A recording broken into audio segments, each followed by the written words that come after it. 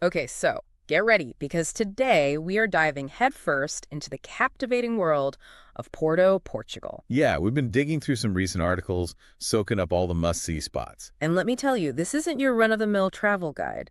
This is about those hidden gems, the experiences that'll make you really feel Porto. Absolutely, because Porto is so much more than just a pretty city. It's this incredible fusion of history, architecture, a vibrant culture. And of course, we can't forget the port wine. Oh, absolutely not. Mm. But before we uncork that bottle, let's start with a view, shall we? The Dom Luís I Bridge, just picturing it there, this massive iron structure connecting the whole city, it's breathtaking. It really is something else. I remember seeing pictures and thinking, okay, this is not your average bridge. It's more like a work of art. What makes this bridge so special, architecturally speaking? Well, for starters, it was designed by a student of Gustav Eiffel. Yeah, the Eiffel Tower guy. Wow, really? No wonder it has that grand, iconic feel. Exactly. You can see the influence. But the Dom Luisa's Bridge has its own unique character.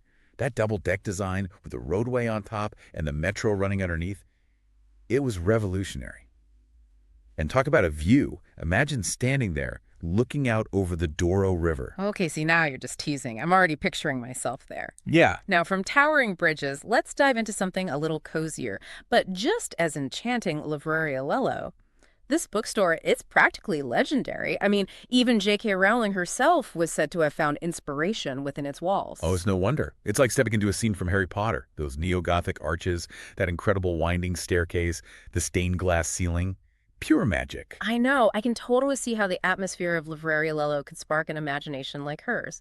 The Gryffindor common room, the grand staircases of Hogwarts. It all makes sense now. Right. But as much as we could get lost in those stacks, Porto has even more to offer. Let's venture into the heart of it all, the Ribeira District. Ah, yes. Those colorful houses clinging to the hillside, the narrow cobblestone streets. It just screams, explore me. It's like stepping back in time. I remember getting utterly lost there, just wandering through those alleyways. And around one corner, I found this tiny cafe.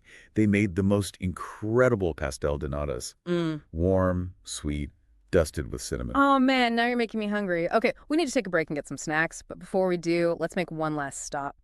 No trip to Porto is complete without a visit to the Clérigos Tower. Oh, definitely. Climbing to the top of that tower is an experience in itself. But when you get up there and see that panoramic view of the city, the Douro River, the bridge in the distance, it puts everything into perspective. I get to see how it all connects, right? Yeah. Speaking of connecting, we can't forget the heart and soul of Porto. Port wine. Ah, yes. A trip across the Douro River to Vila Nova de Gaia is a must. That's where you'll find all those legendary port wine cellars. And it's not just about the tasting, is it? It's the whole experience. Exactly. The history, the tradition, that unique aging process that happens in those cool, dark cellars.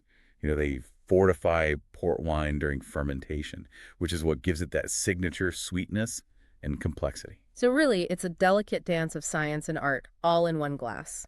Precisely. Well, there you have it. We've covered a lot of ground today, from architectural marvels to literary havens, charming streets, and of course, that world-renowned port wine. We have. We've really only just scratched the surface of what Porto has to offer. Exactly. But hopefully we've sparked some wanderlust, inspired you to add Porto to your travel bucket list. And as you plan your own adventure, think about how you want to connect with Porto.